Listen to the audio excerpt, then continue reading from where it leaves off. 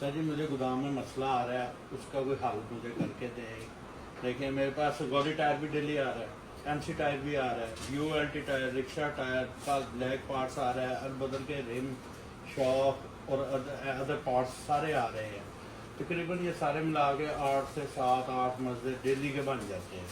तो इसको मैंने अनलोड करवाने के बाद लोड भी करवाना है, आमिर साहब बात ये है, ये तो होता रहेगा क्योंकि आपको पता है डिमांड बढ़ती जा रही है और फैक्ट्रियों में जितना माल बनता है वो फेंकी जाते हैं गोदाम में ना। आपको पता है डायमंड से कितना माल आ रहा है। जी जी तो ये आपके लिए ये कर देते हैं कि गोदाम में 1-2 बंदे आपकी टीम में बढ़ा देते हैं प्रोफेशनल, जी जी और जो इस काम में प्रोफेशनल हो, जिनको आपको ना सिखाने की जरूरत ना पड़े, जी। तो आप बेफिक्र हो जाएं, आपके सारे मसले हल हो जाएंगे। लेकिन ये जो बर्डन है ना काम का, ये इस तरह ही रहेगा।